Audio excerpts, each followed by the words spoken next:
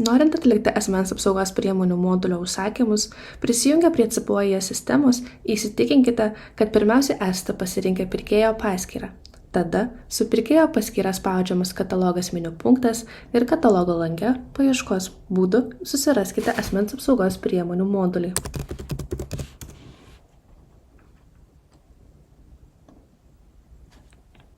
Asortimento lange paieškos laukelio arba filtrų pagalba išsifiltruojame specifikacijas pagal norimus kriterijus.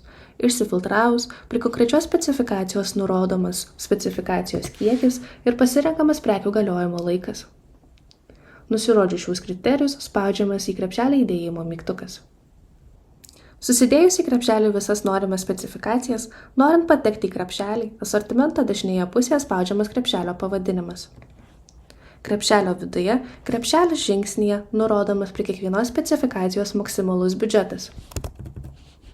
Nurodžius biudžetą, pasirenkamas požymis ar sudaryta sutartis yra su TLK. Nurodžius šios duomenis, spaudžiamas pirmin mygtukas į sekantį krepšelio žingsnį. Adresai ir kontaktai žingsnyje nurodomi atsakingi pirkėjo asmenys bei pasirenkamas prekių pristatymo adresas.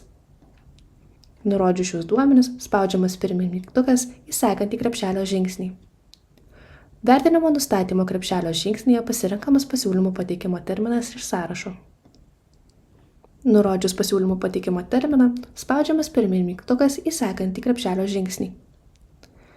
Krepšelio pirkimo sąlygos lange nurodomas pirkimo sutarties galiojimo terminas iš sąrašo. Pasirenkamas prekių pristatymo terminas, kai atskiro užsakymo kaina mažesnė nei 3000 eurų arba lygiai ir didesnė nei 3000 eurų.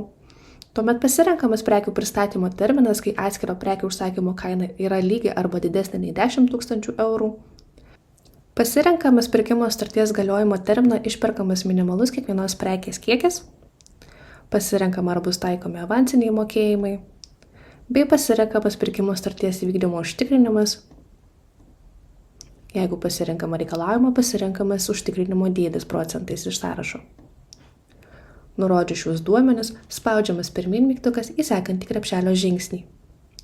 Krepšelio auditavimo žingsnyje pirkėjas gali peržiūrėti nuo krepšelio iki pirkimo sąlygų visus nurodytus duomenis ir juos peržiūrėjus gali spausti pirmin mygtuką pateikti auditui. Paspaudus šį mygtuką patvirtinamas veiksmas ir šis krepšelis yra perduodamas atsakingiams CPO darbuotojams pirkimo auditavimui. Po krepšelio auditavimo ir paskelbimo, prisijungęs prie CPOIE tiekėjas, norintis dalyvauti asmens apsaugos priemonių modulio pirkime, spaudžia užsakymai meniu punktą ir aktyvus nedalyvaujamas skiltyje susiranda asmens apsaugos priemonių modulio paskelbtą pirkimą. Susiradęs, spaudžia sukurti pasiūlymą mygtuką. Atidarytame asmens apsaugos priemonių pirkimo pasiūlymo lange, tiekėjas norintis pateikti pasiūlymą prasiskleidžia dalį, kurie nori pateikti pasiūlymą, uždeda varnelę prie dalyvauti, prie specifikacijos pasirenka produktą, kurios kainą gali paredaguoti.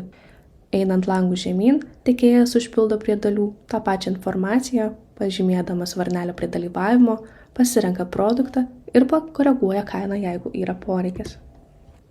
Einant pasiūlymo langų žemyn, jeigu yra poreikis tiekėjui užpildyti subtiekimo informaciją, prasiskleidžiama skiltis ir užpildoma reikiama informacija.